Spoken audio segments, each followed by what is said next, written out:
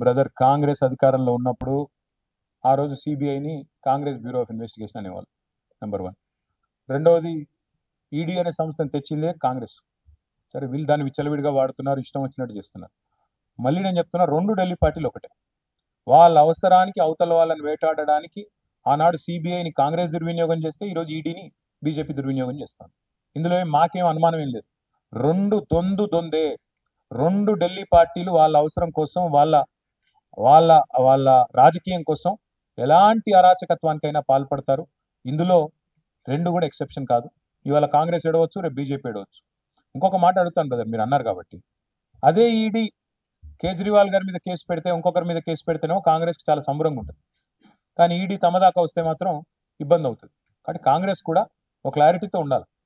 ED మంచిదా చెడ్డదా? మంచిదైతే నీకు కూడా మంచిదే కావాలా, లేదా చెడ్డదైతే అందరికి చెడ్డది కావాలి.